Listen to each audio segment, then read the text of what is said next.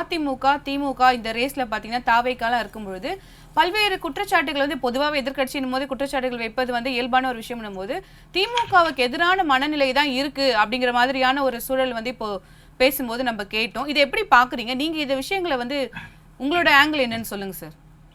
C Tamil தொலைக்காட்சி நிறுவனத்திற்கு, நெறியாளர் சகோதரிக்கு, என்னுடைய சக பங்கேற்பாளர்களுக்கு, தொழில்நுட்ப கலைஞர்களுக்கு என்னுடைய மாலை வணக்கம்.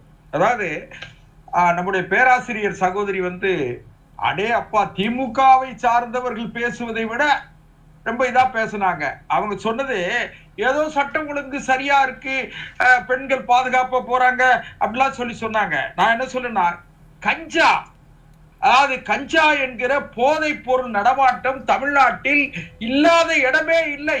அந்த அளவிற்கு போதையில இந்த இளைஞர்கள், பள்ளிக்கூடத்து மாணவர்கள் கஞ்சா போதையை பயன்படுத்தி ஒருவருக்கு ஒருவர் வெட்டி கொண்டு சாகிறார்கள்.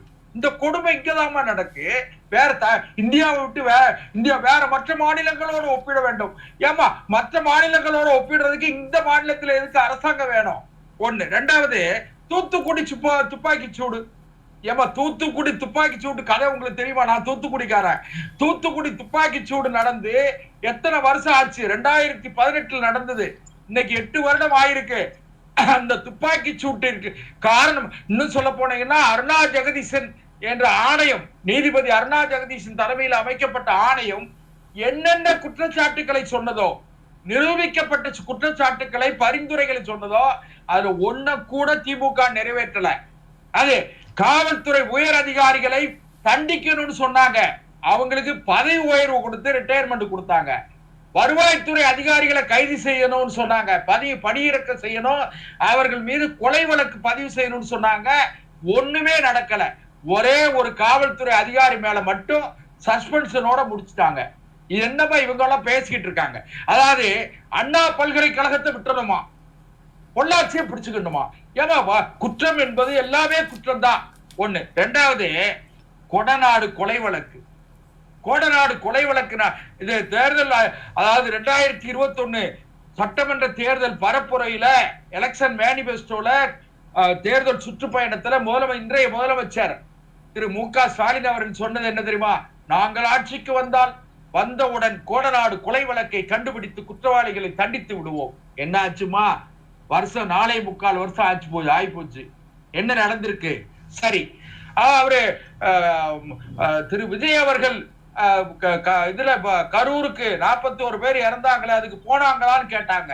நான் சகோதரி பேராசிரியர் மஞ்சுளா அவர்கிட்ட கேட்க, ஏமா 69 பேர் கள்ளக்குறிச்சியில கள்ளச்சாராயம் குடிச்சு, நல்லா கவனிக்கணும், இந்த அரசாங்கம் முதலமைச்சருடைய கட்டுப்பாட்டில் இருக்கிற, சட்டம் ஒழுங்குக்கு பொறுப்பாக இருக்கிற காவல்துறையை வைத்திருக்கிற முதலமைச்சருடைய கட்டுப்பாட்டில் உள்ள கள்ளக்குறிச்சியில 69 பேர் கள்ளச்சாராயம் குடிச்சு செத்து போனாங்க.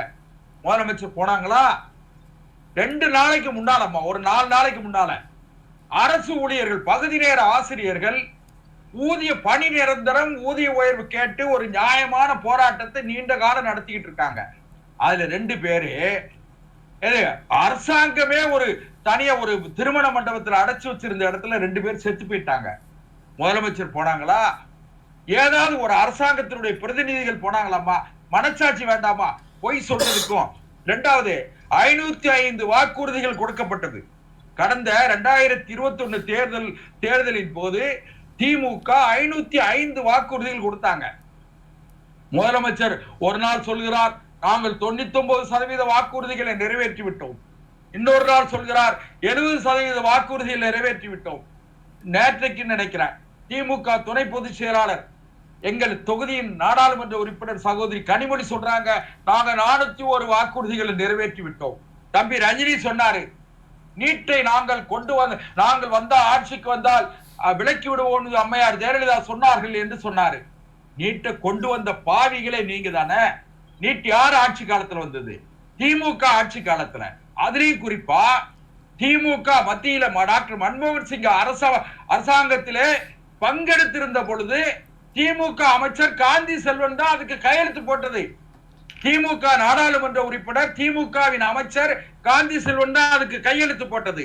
இவங்க போய் இதெல்லாம் கட்டுக்கதையில சொல்லிட்டு இருக்காங்க. இன்னொரு விஷயம், சத்துணவு பணியாளர்கள், அங்கன்வாடி பணியாளர்கள், அரசு ஊழியர்கள், ஆசிரியர்கள், பகுதி நேர ஆசிரியர்கள், இவங்க எல்லாரையும் நாங்க சம்பளத்தை உயர்த்திடுவோம், டைம் ஸ்கேல் ஆக்கிடுவோம், அதாவது வரைமுறைப்படுத்தப்பட்ட காலமுறை படுத்தப்பட்ட ஊதியத்தை நாங்க கொடுப்போம், அரசு ஊழியர்களை ஆக்கிடுவோம். இப்படி எல்லாம் பொய் சொன்னீங்களா? இப்ப என்ன பண்ணிருக்காங்க தெரியுமாமா?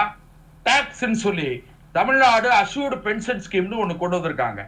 ஒரு 15 நாளைக்கு முன்னால ஜாக்டோ ஜியோங்கிற அரசு ஊழியர் சங்கத்தை கூப்பிட்டு அவர்கள் முதலமைச்சருக்கு இனிப்பு ஊட்ட, இவர்கள் முதலமைச்சர் இவர்களுக்கு இனிப்பு ஊட்ட நாடகம் நடத்துறாங்க. இப்போ வெளிச்சமாயி அந்த சங்கம் பிளவுபட்டு 2 ஆயிட்டு. காரணம் என்ன தெரியுமா? அது அஷ்யூர்டு பென்ஷன் ஸ்கீம் ஏற்கனவே இருந்த கான்ட்ரிபியூட்டர் பென்ஷன் ஸ்கீம் என்று சொல்லக்கூடிய பங்களிப்பு ஓய்வூதியத்தை இவங்க டாக்ஸ், அதாவது அஷ்யூர்டு பென்ஷன் ஸ்கீம்னு மாத்திக்கிட்டாங்க. என்ன காரணம்? 10% அந்த ஊழியர்கிட்ட பிடிச்சு அந்த மறுபடியும் அவங்களுக்கு கொடுக்காங்களாம். என்னமா இந்த நாடகம்? இந்த அரசாங்கம் எல்லா நிலையிலும் தோற்று போயிருக்கிறது, நிர்வாக முறையில் எல்லாம் தோற்று போயிருக்கிறது. அதுக்கு என்ன கேட்டா மாநில சுயாட்சி, மாநில சுயாட்சி, மாநில சுயாட்சி உரிமையை விட்டு கொடுத்ததே திமுக தான். இன்னும் சொல்ல போனீங்கன்னா, நாங்கள் ஆட்சிக்கு வந்தால் கச்சத்தீவை மீட்டு விடுவோம். என்ன செஞ்சீங்க? கச்சத்தீவுக்காக நீங்க என்ன பண்ணீங்க? 2019, 2024 இன்றைக்கு வரை நாடாளுமன்றத்தில் திமுகவை சார்ந்தவர்கள் 40 பேர் இருக்காங்க. ஒரு தனிநபர், ஒரு பிரைவேட் மெம்பர் பில்லு கொண்டு வந்திருக்காங்களாமா? ஒரு தனிநபர் மசோதா கொண்டு வந்திருக்காங்களா? ஒண்ணு கிடையாது. கேட்டா மாநில சுயாட்சி, மாநில சுயாட்சி. கச்சத்தீவை மீட்போம் சொல்லுங்க, நீட்டை ஒழிக்காமல் நாங்கள் விட மாட்டோம், நீட்டை நீங்க எங்களுக்கு ஒழிக்கவே வேண்டாம் சார், ஒரு எக்ஸம்ஷனாவது ஒரு 3 வருஷத்துக்கு விதிவிலக்கு கொடுங்கன்னு கேட்கறது கூட இவங்களுக்கு தெம்பு இல்லைன்னு சொன்னா, இது அரசாங்கம் என்ன அரசாங்கம்? மக்கள் அரசாங்கமா? வெல்ஃபேர் கவர்மெண்டாமா? இந்த அரசாங்கம் மக்கள் நலனை பாதுகாக்கிற அரசாங்கம் இல்ல, படுகொலியில் தள்ளி கொண்டிருக்கிற அரசாங்கம். இந்த அரசாங்கத்தினுடைய நாட்கள் எண்ணப்படுகிறது. எல்லா நிலையிலும் தோற்று போய், இன்னும் சொல்ல போனா வெற்றி விளம்பரங்கள் 12 லட்சம் கோடி ரூபாய் நாங்கள் முதலீடை ஈர்த்திருக்கிறோம். சரி, ரைட்டு. என்னென்ன திட்டங்களில் நாங்கள் 12 லட்சம் கோடி கொண்டு வந்திருக்கோம்னு கவர்னர் கேட்டா சொல்லணுமே வேண்டாமா? உடனே மாநில சுயாட்சி, மாநில உரிமை, கவர்னரை அசிங்கப்படுத்துறது. நான் இன்னும் கூட கேட்கிறேன், இந்த நிகழ்ச்சியின் மூலமா கவர்னர் பொறுமையா இருக்க கூடாது. மேதகு ஆளுநர் அவர்கள் அவருக்கு ஏற்பட்ட அவமானம், அவருக்கு ஏற்பட்ட அவமானம் அல்ல, ஜனநாயகத்திற்கு ஏற்பட்ட அவமானம், ஆளுநர் அரசியல் சட்டத்திற்கு ஏற்பட்ட அவமானம். அவர் என்ன செய்யணும்? அவர் ரெக்கமெண்ட் பண்ணி ஆர்டிகல் 355 அரசியல் சட்டத்தினுடைய 355வது பிரிவை பயன்படுத்தி இந்த அரசாங்கத்தை செயலிழக்க செய்துவிட்டு முடக்கிவிட்டு தான் தேர்தல் நடத்தணும். அதான் நியாயம். அந்த அளவிற்கு இந்த அரசாங்கம் மிகப்பெரிய தோல்வியை சந்தித்திருக்கிறது. எந்த வகையிலும் கிடையாது. நீங்க போன வருஷம் ஏமா நீங்க ரூபா கொடுக்கல? பொங்கல் பரிசு தொகை ஏன் கொடுக்கல? நீங்க ஆட்சிக்கு தேர்தல் வாக்குறுதியில் என்ன சொன்னீங்க? 5 பவுன் நகை வச்சிருந்தா நகை கடனை தள்ளுபடி பண்ணிடுவோம். பண்ணீங்களா? ஒரு சிலிண்டருக்கு மாசம் 100 ரூபாய் மானியம் கொடுப்போம்னு சொன்னீங்களா? செஞ்சீங்களா? நாங்கள் மின்சார கட்டணத்தை மாதம் கணக்கெடுப்பு செய்து 100 யூனிட் மின்சாரம் இலவசமாக தருவோம்னு சொன்னீங்களா? செஞ்சீங்களா? என்ன செஞ்சிருக்கீங்க? ஒரு செங்கலை வைத்துக் கொண்டு அரசியல் செய்து நாடகமாடி, இதெல்லாம் மக்கள் எல்லாம் விழிப்புணர்ச்சியோடு இருக்காங்க. ஒண்ணு சகோதரி சொன்னாங்க, போற போக்குல தமிழக வெற்றி கழகத்தின் தலைவர் திரு விஜய் அவர்கள் அவர் மக்களுக்காக சிந்திக்கிறவரா? பாருங்கம்மா, மக்களுக்காக சிந்திக்கிறவரு. நீங்க மக்களுக்காக நீங்க உங்க கட்சிகள்லாம் சிந்திச்சதை பார்த்தா அடே அப்பா ஒண்ணும் கிடையாது. நான் தாவேகாவுக்கு ஆதரவாக பேசல, ஆனால் மக்கள் ஒரு மாற்றத்தை நோக்கி பயணிக்கிறார்கள். அந்த மாற்றம் தவிர்க்க முடியாது. அரசியல்ல டெமோக்ரஸில ஜனநாயகத்தினுடைய இறுதி எஜமானர்கள் வாக்காளர் பெருமக்கள் தான். ஜனநாயகத்துல வெற்றி தோல்வியை தீர்மானிக்கக்கூடிய வலிமையான ஆயுதம் வாக்குச்சீட்டு, வலிமையான ஆயுதம் வைத்திருக்கிறவர் நீதிபதிகள், வாக்காளர்கள். இவங்க ரொம்ப விழிப்பாயிட்டாங்க. ஒரு சின்ன உதாரணத்தோட நான் முடிச்சிடுறேன். நான் ஒரு 14 வாக்கு வைத்திருக்கிற பரம்பரை திமுகவை சார்ந்த என்னுடைய இனிய நண்பர், என்கிட்ட ரொம்ப இனிமையா பழகக்கூடியவரு. அவர் வீட்டுல 5 ரேஷன் கார்டு இருக்கு. அவரு 3000 ரூபாய் வாங்கிட்டார். அப்ப நான் சொன்னேன் சிரிச்சுக்கிட்டே, அண்ணே நீங்க உங்க வீட்டுல எல்லாம் திமுகவை சார்ந்த உங்க வீட்டுக்கு எல்லாம் பணம் வந்துருச்சே அப்படின்னு சொன்னா, அவர் சொன்னாரு, இவங்க ஐயா வீட்டு பணத்தையா கொடுத்தாங்க. இன்னும் கொஞ்சம் கடுமையான வார்த்தைகளால சொன்னாரு, நாகரீகம் நான் சொல்லல. அவங்க ஐயா வீட்டு பணத்தையா கொடுத்தாங்க, எங்க பிள்ளைகள் எல்லாம் விஜய்க்கு ஓட்டு போடுவேன்னு சொல்றாங்க. எப்படி சொல்றாருமா, திமுகவை சார்ந்தவர் இந்த அளவிற்கு மிக மோசமாக இந்த அரசாங்கம் எதிர்ப்பை சந்தித்து இருக்கிறது. எனக்கு 64 வயசு ஆச்சுமா. நான் இதுவரை 1977க்கு பிறகு தேர்தலில் பங்கெடுத்தவன் பார்த்தவன் என்கிற முறையில சொல்றேன். இதுவரை ஒரு அரசாங்கம் இப்படிப்பட்ட எதிர்ப்புகளை சந்தித்ததே இல்லை. சரி, இன்னைக்கு திமுக கூட்டணி இப்படியே இருந்துரும் நீங்க நினைக்கீங்களா? நிச்சயமா இருக்காது. ஏன்னு கேட்டா காங்கிரஸ்ல எதிர்ப்பு குரல் வலுக்க தொடங்கி விட்டது. என்ன கேட்கிறாங்க? அதிகாரத்தில் பகிர்வு. நீங்க தொடக்கத்திலே சொன்ன மாதிரி இன்னைக்கு ஒரு தேர்ட் பிளேயர் வலுவான செல்வாக்குள்ள ஒரு பிளேயர் வந்துட்டாரு. யாரு? விஜய் வந்திருக்காரு. தமிழக அரசியலில் 4 முனை போட்டி தவிர்க்க முடியாது. அது அண்ணா திமுக தலைமையில் ஒரு கூட்டணி, திமுக தலைமையில் ஒரு கூட்டணி, திரு விஜய் அவர்கள் தலைமையில கூட்டணி, திரு சீமான் அவர்கள் தனித்து நிக்கிறாங்க. இந்த 4 முனை போட்டியில நிச்சயமா சொல்றோமா, நான் இன்னும் கூட நம்ம நிகழ்ச்சிகள்ல அடிக்கடி பேசுவோம். ஒரு 100-150 நாட்களுக்கு பிறகு நாம சந்திக்கும் போது, தேர்தலுக்கு பிறகு சந்திக்கும் போது பாருங்க, ஒரு கூட்டணி ஆட்சியை நோக்கி தமிழ்நாடு போகுது. இது காங்கிரசுக்கு தெரியும். காங்கிரஸ் என்ன 1967 இழந்த ஆட்சி அதிகாரத்தை இப்பொழுது பெற வேண்டும் என்று காங்கிரஸ் விரும்புது. அவங்களுக்கு என்ன, ஒரு பக்கத்துல திரு விஜய் அவர்கள் மிக தெளிவா சொல்றாரு, நான் அதிகாரத்து பகிர்வு தருவேன், அதிகாரத்தில் பங்கு தருவேன். ஏன் துணை முதலமைச்சர் 40 இடம்னு சொன்னா காங்கிரஸ்காரங்க விட்டுருவாங்களா? உடனே போயிருவாங்க. நீங்க இன்னொரு விஷயமும் சொல்ற கேட்டுக்கிடுங்க. உடனே இந்த ஒப்பீடு சரிதானான்னு சொல்லுவாங்க. மக்கள் திலகம் எம்ஜிஆர் கட்சி ஆரம்பிக்கும் போது இதே திமுக என்னென்ன விமர்சனம் பண்ணாங்க?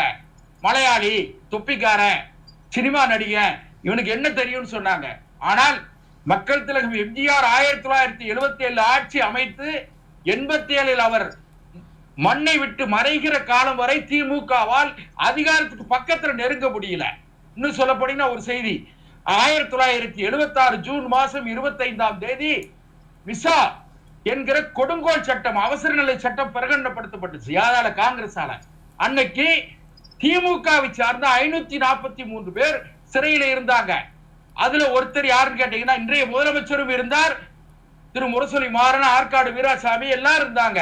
அதுல ஒருத்தர் சிட்டி பாபு என்கிற நாடாளுமன்ற உறுப்பினர், திமுகவுடைய ராஜ்யசபா மெம்பர் மாத்திரமல்ல, சென்னையினுடைய மேயரா இருந்தவர். அவரை அடிச்சு திரு ஸ்டாலின் அவர்களை அடிக்க வரும்போது அவர் படுத்துக்கிட்டு தடுத்ததுனால அவர் அடிபட்டு செத்து போனாரு. சாத்தூர் பாலகிருஷ்ணன் செத்து போனார். ஆனால் இதே திமுக அம்மையார் இந்திரா காந்தி மதுரைக்கு வரும்போது அடித்து மண்டையை உடைத்தார்கள். நிறைய கடுமையான மோசமான விமர்சனங்கள் செஞ்சாங்க. கலைஞரை செஞ்சாரு.